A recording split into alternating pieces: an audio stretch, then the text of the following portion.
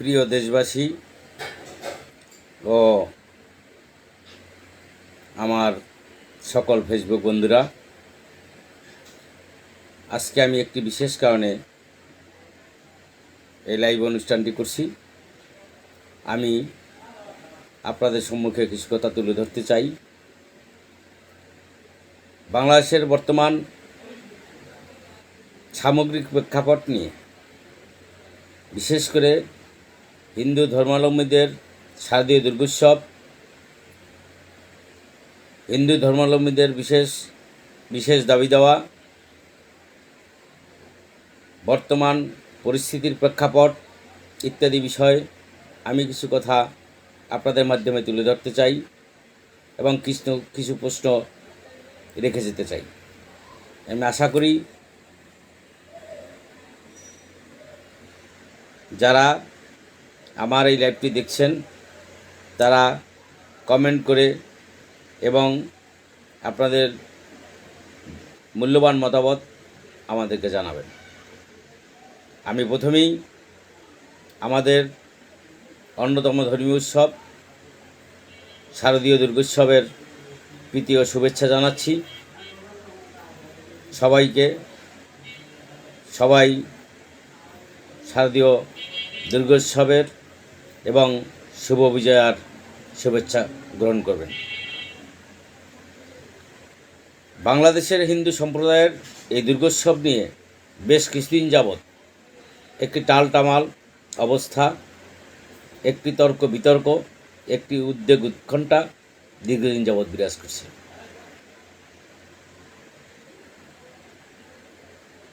আমরা লক্ষ্য করছি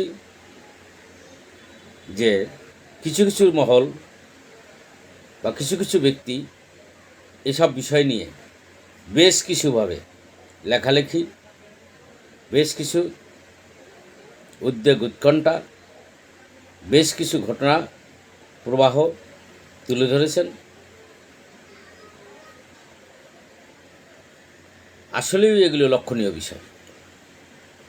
আমি প্রথমেই যে কথাটা বলতে চাই সেটা হলো যে আমরা বাংলাদেশের যারা হিন্দু সম্প্রদায়ের লোকজন বসবাস করছি, হয়তো আমার কথাটা শুনতে অনেকের কাছেই খারাপ লাগবে এবং অনেক বিতর্কের তৈরি হবে, এটা আমি জেনে শুনেই বলছি। আমি জ্ঞাত সারেই বলছি যে আমার আজকের বক্তব্য অনেকেই সুন্দরভাবে নিতে পারবেন না, অনেকের কাছে সুন্দর লাগবে এবং অনেকেই এটাকে নিয়ে সমালোচনা করবেন। কিন্তু আমি সেই সমালোচনা বা কারো কথাকে ভয় না করে আমি সত্যি কথাগুলি আমার জানা মতে আমি যতটুকু জেনেছি বুঝেছি সেই অনুযায়ী আমি আমার কথাগুলো তুলে ধরতে চাই। আমি প্রথমেই বাংলাদেশের হিন্দু সম্প্রদায়ের সকল ভাই বোনদের উদ্দেশ্যে বলতে চাই, আপনারা এই দুর্গোৎসব সহ বিভিন্ন বিষয় নিয়ে বিভিন্ন সময় আন্দোলন সংগ্রাম, আপনাদের দাবি দেওয়া বিভিন্নভাবে বিভিন্ন উপায় করে যাচ্ছেন, যার সাথে কিছু কিছু আন্দোলন সংগ্রাম বা কিছু কিছু সাথে আমি আন্তরিকভাবে এবং সম্পূর্ণভাবে একমত, কিন্তু কিছু কিছু কার্যক্রমের সাথে আমি সম্পূর্ণভাবে দ্বিমত পোষণ করছি। আমি প্রথমেই বলতে চাই, 1971 সনে বাংলাদেশ স্বাধীন হওয়ার পর থেকে অদ্যাবধি কোনো সময় বাংলাদেশের হিন্দুরা কখনোই স্বাধীনচেতাভাবে বসবাস করতে পারেননি, এখনও পারছেন না, ভবিষ্যতে পারবেন কি না সেটা বলা বাহুল্য। আমার এই কথাটার হয়তো অনেকের কাছেই বা বহুলোকের কাছেই দ্বিমত পোষিত হবে। আমি এর উদাহরণ সহকারে বলতে চাই, 1947 সালে যখন ভারত পাকিস্তান ভাগ হয়েছিল, ভারত পাকিস্তান ভাগ হওয়ার পরে বাংলাদেশ পাকিস্তানের, আমরা পূর্ব পাকিস্তানের অংশ হিসাবে পাকিস্তানের অংশে ছিলাম। তখন পাকিস্তান সরকার শত্রু সম্পত্তি আইন নামে একটি আইন করেছিল। সেই 1947-এর পর 1952-এর ভাষা আন্দোলন সহ বিভিন্ন আন্দোলন সংগ্রামের মধ্য দিয়ে 1971 সালে স্বাধীনতা সংগ্রামের শহীদদের আত্মত্যাগ, মা বোনদের ইজ্জতের বিনিময় এবং বীর সেনানীদের সেই মহান মুক্তিযুদ্ধের মধ্য দিয়ে আমাদের দেশের স্বাধীনতা অর্জিত হয়েছে। আমার প্রথম প্রশ্ন যে একটি স্বাধীন বাংলাদেশের নাগরিক হিসাবে তখন তো আমরা পাকিস্তানের অন্তর্ভুক্ত ছিলাম না, তখন আমরা স্বাধীন বাংলাদেশের নাগরিক। তাহলে সে পাকিস্তান সরকারের করা আইন 1947 সালে শত্রু সম্পত্তি আইন কেন বাংলাদেশের হিন্দু সম্প্রদায়ের উপরে শুধু শত্রু শব্দটি বাতিল করে অর্পিত সম্পত্তি আইন কারা করেছিল, কেন করা হয়েছিল? এই প্রশ্নটি কি আপনারা কখনো জানতে চেয়েছেন? এই প্রশ্নটি কি কারো মুখ থেকে কখনো উত্থাপিত হয়েছে যে কেন এটা করা হয়েছিল? সেই আইন বাতিলের জন্য বাংলাদেশের হিন্দু সমাজ বহু চেষ্টা করেছে। বহু সরকার এদেশে এসেছে, চলে গেছে, ভবিষ্যতে আসবে যাবে। সরকার পরিবর্তনশীল, জনগণ চাইলে সরকার পরিবর্তন হতে পারে, এটাই স্বাভাবিক নিয়ম। কিন্তু আমার প্রশ্ন হলো, আদৌ কি হিন্দু সম্প্রদায়ের যে দাবি সেটা পূরণ কেউ করেছে? তাহলে আজকে আমি বলতে বাধ্য হচ্ছি, এ সমস্ত বিষয়গুলি একটু গভীরভাবে খতিয়ে দেখা দরকার। আমি বর্তমান তত্ত্বাবধায়ক সরকারের সহ সেনাপ্রধানের কাছে বিনীতভাবে অনুরোধ করব, আমাদের এই হিন্দু সম্প্রদায়ের উপর এবং হিন্দু সম্প্রদায়ের যে নৈতিক এবং যৌক্তিক যে দাবি দেওয়া আছে, সে দাবি দেওয়াগুলি যাতে মেনে নিয়ে প্রজন্মতে অধ্যাদেশের মাধ্যমে আমাদের সমস্যাগুলি সমাধান করা হয়, সেজন্য আমি সকলের কাছে বিনীত, সকল রাজনৈতিক দলের কাছেও এজন্য আমি বিনীত আহ্বান জানাচ্ছি। এরপরে আমি আজকে হিন্দু সম্প্রদায়ের আমাদের মধ্যে যে বিভেদ বিভাজন এ নিয়ে কিছু কথা তুলে ধরতে চাই।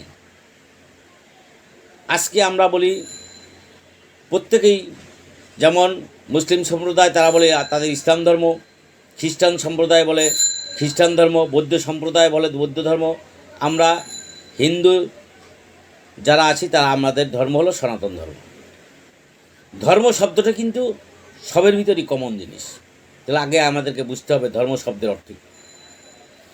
আজকে সেই ধর্ম শব্দের অর্থকে আমরা না বুঝে, না জেনে, সেই ধর্ম শব্দের তাত্ত্বিক অর্থকে সুন্দরভাবে জেনে না জেনে আমরা বিভিন্নভাবে বিভিন্ন মন্তব্য করছি, বিভিন্নভাবে বিভিন্ন জনকে বিভিন্নভাবে কথা বলছি। এটা আমি মনে করি কোনোভাবেই সমীচীন নয়। কারণ আমি যদি এক কথায় বলি, ধর্ম হলো সৎ জিনিস, সৎকে ধারণ করার নামই সৎ ধর্ম। তাহলে সৎকে যদি ধারণ করতে হয়, কোনো ব্যক্তি যদি সৎকে ধারণ করে, সে কখনোই অসৎ কর্মে লিপ্ত হতে পারে না, সে কখনোই অধার্মিক কোনো কাজ করতে পারে না। এটা কারো দ্বারাই সম্ভব নয়। যারা ধর্মের নামে, যে কোনো ধর্মই বা যে কোনো ব্যক্তি হোক, ধর্মের নামে যদি বলে যে আমি ধর্মে বিশ্বাসী, তার দ্বারা কখনোই অসৎকর্ম করা কোনোভাবেই সম্ভবপর বলে আমি মনে করি না। আজকে দীর্ঘদিন যাবৎ আমাদের শারদীয় দুর্গোৎসব সহ বিভিন্ন বিষয় নিয়ে যে উদ্বেগ, উৎকণ্ঠা, বিভিন্ন মিছিল মিটিং হচ্ছে, এ বিষয়েও আমার ব্যক্তিগত কিছু মতামত আমি তুলে ধরছি। আমার প্রশ্ন হলো, আমি এখানে বিশেষ করে বাংলাদেশের হিন্দু সম্প্রদায়ের সকল ভাই বোনদের কাছে সবিনয়ে জানতে চাই, অন্ততপক্ষে যারা ন্যূনতম যাদের বয়স 20 বছর, তাদের সহ যারা আমার শ্রদ্ধাভাজন ব্যক্তিবর্গ আছেন, তাদের সকলের কাছে জানতে চাই, বাংলাদেশে কোনো ধর্মীয় অনুষ্ঠানে, কোনো রাজনৈতিক অনুষ্ঠানে বা কোনো সাম্প্রদায়িক অনুষ্ঠানে বা কোনো আমাদের সম্প্রদায়ের কোনো অনুষ্ঠানে কখনো জয় শ্রীরাম স্লোগান দেওয়া হয়েছিল কিনা, আপনারা কেউ কখনো শুনেছেন কিনা? সত্যি করে বলবেন। যদি এই জয় শ্রীরাম স্লোগান না দেওয়া হয়ে থাকে, হ্যাঁ, শ্রীরাম অবশ্যই আমাদের ধর্মের একজন অবতার। তাকে অশ্রদ্ধা করার বা তাকে অসম্মান করার বা তাকে অন্যভাবে দেখার কোনো উপায় নেই। কিন্তু আমার প্রশ্নটি হলো এখানে, যে এই জয় শ্রীরাম স্লোগানটি কী থেকে বাংলাদেশে প্রচলন হলো, শুরু হলো, কবে থেকে শুরু হলো, কারা এটা শুরু করলো, তাদের দূরভিসন্ধি কোথায়? আমি মনে করি যারা এই জয় শ্রীরাম স্লোগান তুলেছে তাদের ভিতরে একটি দূরভিসন্ধি কাজ করছে। কারণ আমি আগেই বলেছি যে 20 বছর যাদের ন্যূনতম বয়স, তার থেকে যারা বয়োজ্যেষ্ঠ আছেন, আমার শ্রদ্ধাভাজন ব্যক্তিবর্গ হিন্দু সম্প্রদায় আছেন, আপনাদের জীবদ্দশায় এখন পর্যন্ত আপনারা জয় শ্রীরাম স্লোগান কখনো শুনেছেন কি না? আমরা সবাই বলি জয় শ্রীকৃষ্ণ বা জয় রাধে বা হরিবোল, বা এভাবে করে আমরা সবাই আমাদের ধর্মীয় আচার অনুষ্ঠান বা এভাবে আমরা প্রচলন করে আসছি। কিন্তু এই জয় শ্রীরাম স্লোগান আমি স্পষ্ট ভাষায় বলতে চাই, ভারতের একটি রাজনৈতিক দল, বিশেষ করে বিজেপি, ভারতের বর্তমান প্রধানমন্ত্রী নরেন্দ্র মোদী রাম মন্দির প্রতিষ্ঠা করে তিনি তার ভোট পাওয়ার জন্য এই জয় শ্রীরাম স্লোগানকে সব জায়গায় প্রচারিত করে একটি কট্টরপন্থী দল হিসাবে তিনি এবং এই জয় শ্রীরাম স্লোগানকে তিনি প্রতিষ্ঠিত করেছেন। এমনকি তিনি ভোটের জন্য বাংলাদেশের ওরাকান্দিতে এসে মতুয়া সম্প্রদায়ের সহানুভূতি লাভের চেষ্টা করেছেন। হ্যাঁ, জয় শ্রীরাম আমাদের ধর্মের, কিন্তু সে রাজনৈতিক হাতিয়ার হিসাবে সেই জয় শ্রীরাম স্লোগানকে ব্যবহার করছে। তাহলে যেই ব্যক্তি, যে স্লোগান ভারতের যেখানে সংখ্যাগরিষ্ঠ মানুষ হিন্দু সনাতন ধর্মাবলম্বী, সেখানে কি তারা সবাই জয় শ্রীরাম স্লোগান দেয়? সেখানেই যখন দেয় না, তাহলে আমরা কেন বাংলাদেশিরা, আমাদের পূর্বপুরুষ, আমাদের যারা বয়োজ্যেষ্ঠ আছে, আমাদের কেউ যখন এই স্লোগানটি শুনি নাই, সেই স্লোগান আমরা কেন ব্যবহার করব? কেউ যদি প্রশ্ন করে যে আপনাদের এই স্লোগানটা আগে কেন শুনিনি, আপনাদের সবার কাছে আমার এই প্রশ্ন রইল, আপনারা এর উত্তর জবাব দিয়ে আমি মনে করি সবাই এর জবাবটা সুন্দরভাবে দেবেন। তাহলে এখানে এখন প্রশ্ন আসতে পারে যে আপনি নরেন্দ্র মোদী দিচ্ছেন, এই জন্য আপনি কেন এই প্রশ্নটা এখানে টেনে আনছেন? অবশ্যই টেনে আনার বিষয় আছে। আমরা বাংলাদেশি, বাংলাদেশ সাম্প্রদায়িক সম্প্রীতির দেশ। এদেশে অন্য কোনো দেশের কোনো প্রচলন, কোনো কিছুই আমাদের জন্য গ্রহণযোগ্য বা সামঞ্জস্যপূর্ণ হতে পারে না। আমরা এদেশে জন্মগ্রহণ করেছি, আমরা এদেশের যে প্রচলন, আমাদের যে নিয়ম নীতি, আমরা সেটাই মেনে চলব। আমরা এই সৌন্দর্যপূর্ণ পরিবেশ বজায় রাখব, এটাই আমাদের সকলের প্রত্যাশা এবং কাম্য হওয়া উচিত। কিন্তু এই বিভাজন তৈরি করে এই সমাজকে কলুষিত করার জন্য কিছু কিছু ব্যক্তি, স্বার্থান্বেষী মহল, তারা বিভিন্ন দল, বিভিন্ন মত, বিভিন্নভাবে বিভিন্ন কিছু প্রকাশ করছে। কেন? আমি মনে করি আমরা সনাতন ধর্মাবলম্বী, আমাদের দল এক, মত এক, পথ এক, আমাদের মধ্যে কেন এই বিভাজন তৈরি? এখানে আরও কিছু কথা আমাকে স্পষ্টভাবে উল্লেখ করতেই হবে। জানি না এরপরে কি হবে না হবে, সেটা পরের বিষয়। আমি মৃত্যুকে কখনোই ভয় করি না, কিন্তু সত্য কথা আমি বলে যাব, তাতে যা কিছু তা হোক। এখানে কিছু লোক বলছেন প্রভু, মহাপ্রভু প্রসাদ। যেমন আমি একজনের নাম ধরেই বলতে চাই, আমি কিছুদিন ধরে ফেসবুকে বিভিন্ন সোশ্যাল মিডিয়ায় আমি দেখছি যে চট্টগ্রামের একজন শ্রদ্ধাভাজন ব্যক্তি, আমিও তাকে শ্রদ্ধা করি, কিন্তু তাকে শ্রীমৎ চিন্ময় মহাপ্রভু বা প্রভু বলে আখ্যায়িত করা হচ্ছে। আমি আপনাদের কাছে জিজ্ঞাসা করতে চাই, প্রভু কে?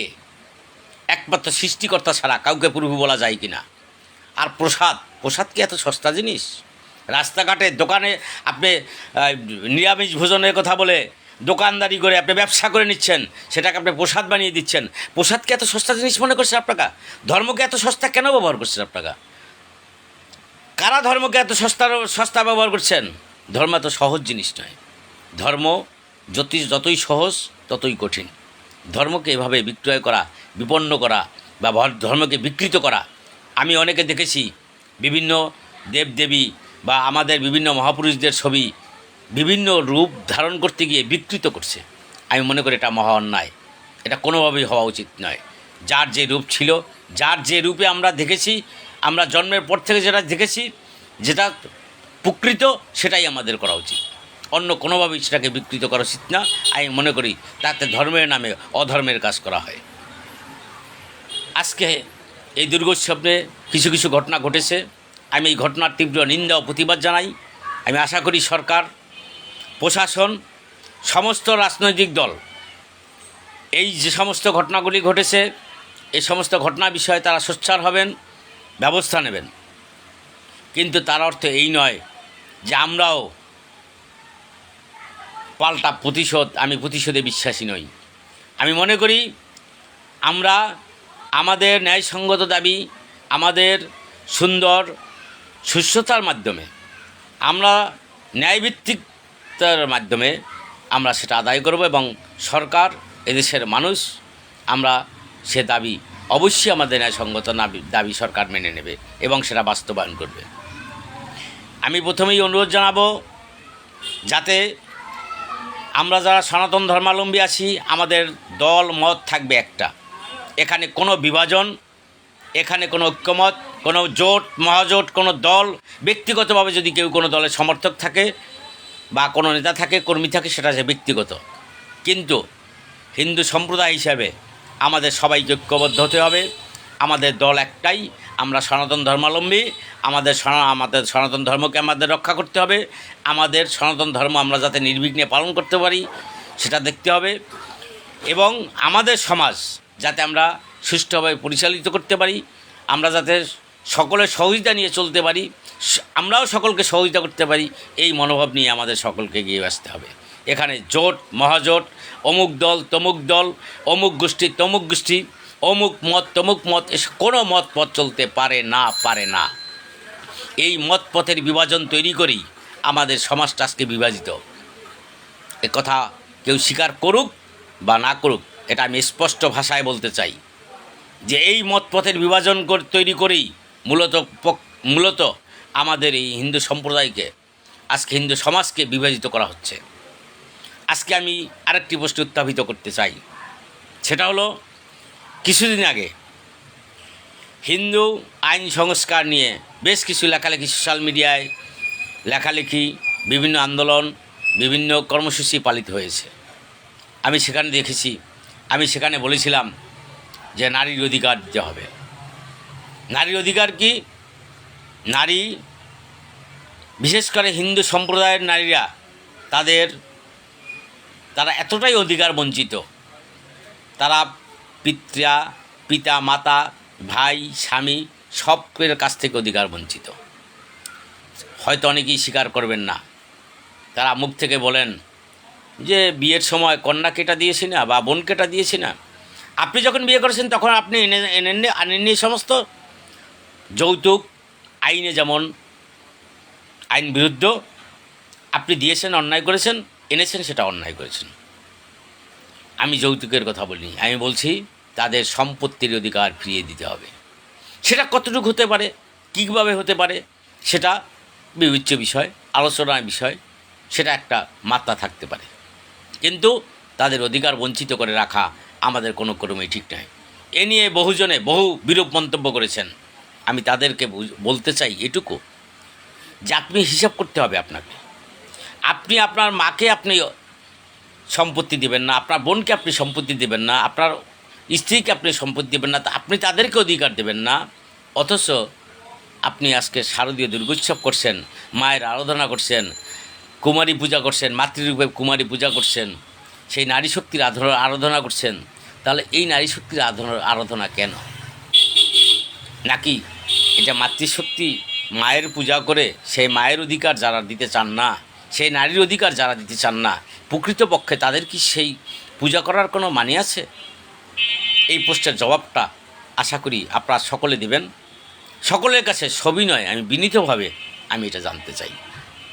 যদি মনে করেন যে না, সত্যিকার অর্থেই আমাদের সমাজের, কারণ আমার বোন, আমার স্ত্রী, আমার মা, তাকে আমি অধিকার দেব, তার অধিকার থেকে আমি কেন তাকে বঞ্চিত করব? কারো অধিকার বঞ্চিত করে রাখা তো কোনো ধর্মের বিধান নেই। এ নিয়ে বহু সমালোচনা, বহুত কটূক্তিও অনেকে করেছেন। অনেকে এমন বিরূপ মন্তব্য করেছেন যা এখানে ভাষায় প্রকাশ করা যায় না। আমি তাদের উদ্দেশ্যে বলতে চাই, এসব তারা হলো স্বার্থান্বেষী। তারা সম্পূর্ণ কিছু ভোগ করার জন্য এ সমস্ত বিভাজন তৈরি করতে চায়। আমি সমাজে কোনো বিভাজন চাই না।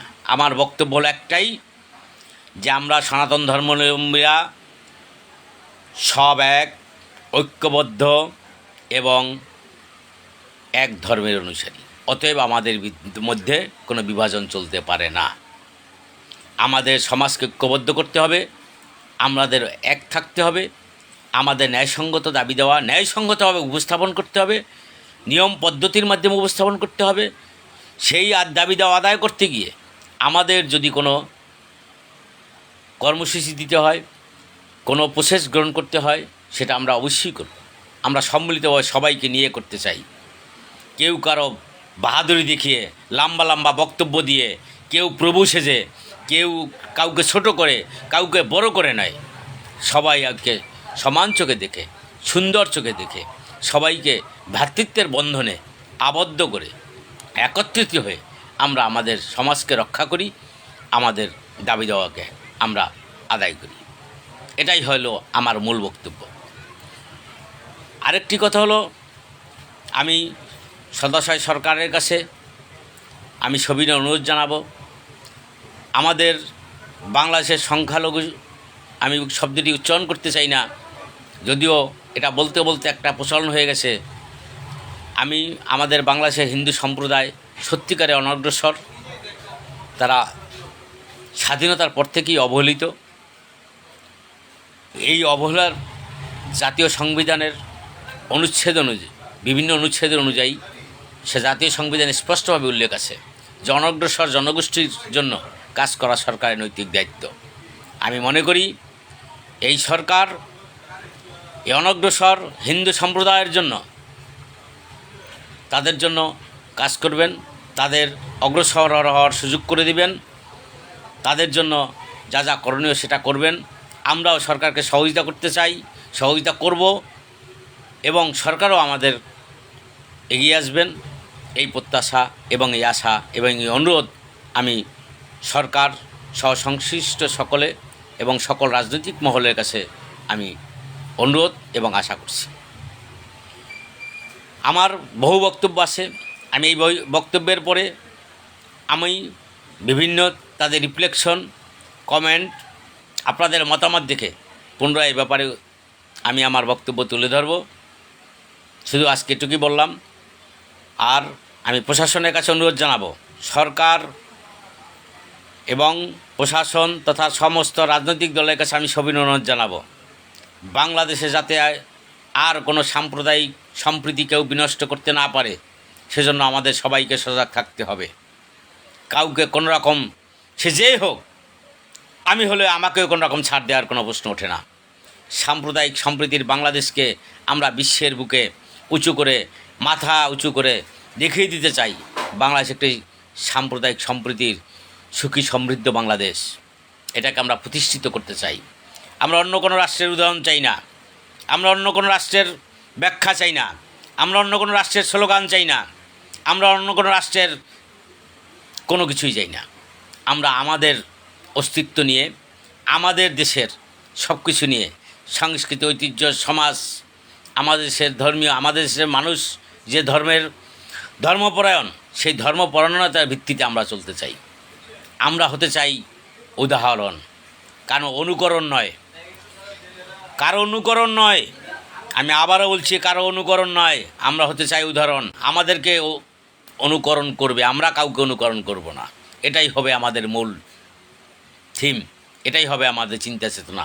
এই চিন্তা চেতনার আশ্বাস এবং এই আশা ব্যক্ত করে আজকের মতো আমি সকলের কাছ থেকে আবারও শুভ বিজয়ার শুভেচ্ছা জানিয়ে বিদায় নিচ্ছি। আশা করি হয়তো যদি বেঁচে থাকি আগামীকাল রাত 9টায় আবারও আপনাদের সাথে কথা হবে, দেখা হবে। আজকের মতো সবাইকে ধন্যবাদ। আমার বক্তব্য সম্পর্কে আপনাদের সকলের মতামত আশা করছি, এবং আমি বাংলাদেশের হিন্দু সম্প্রদায় সহ সকল সম্প্রদায়ের কাছে বিনীতভাবে অনুরোধ করব, আসুন এই দেশটাকে আমরা সুন্দর সুখী সমৃদ্ধি একটি বাংলাদেশ হিসেবে গড়ে তুলি এবং আমরা সবাই সাম্প্রদায়িক সম্প্রীতি বজায় রেখে এই দেশটাকে আমরা মাথা উঁচু করে দাঁড়াই, বিশ্বের বুকে আমরা মাথা উঁচু করে দাঁড়াই। সবাই আমাদেরকে অনুসরণ করুক, আমরা হই পথপ্রদর্শক, তারা হোক অনুসারী। এই প্রত্যাশা ব্যক্ত করে, এই আশাবাদ ব্যক্ত রেখে সবাইকে আবারও আমার শুভেচ্ছা ও অভিনন্দন জানিয়ে আজকের মতো বিদায় নিচ্ছি। ধন্যবাদ সবাইকে।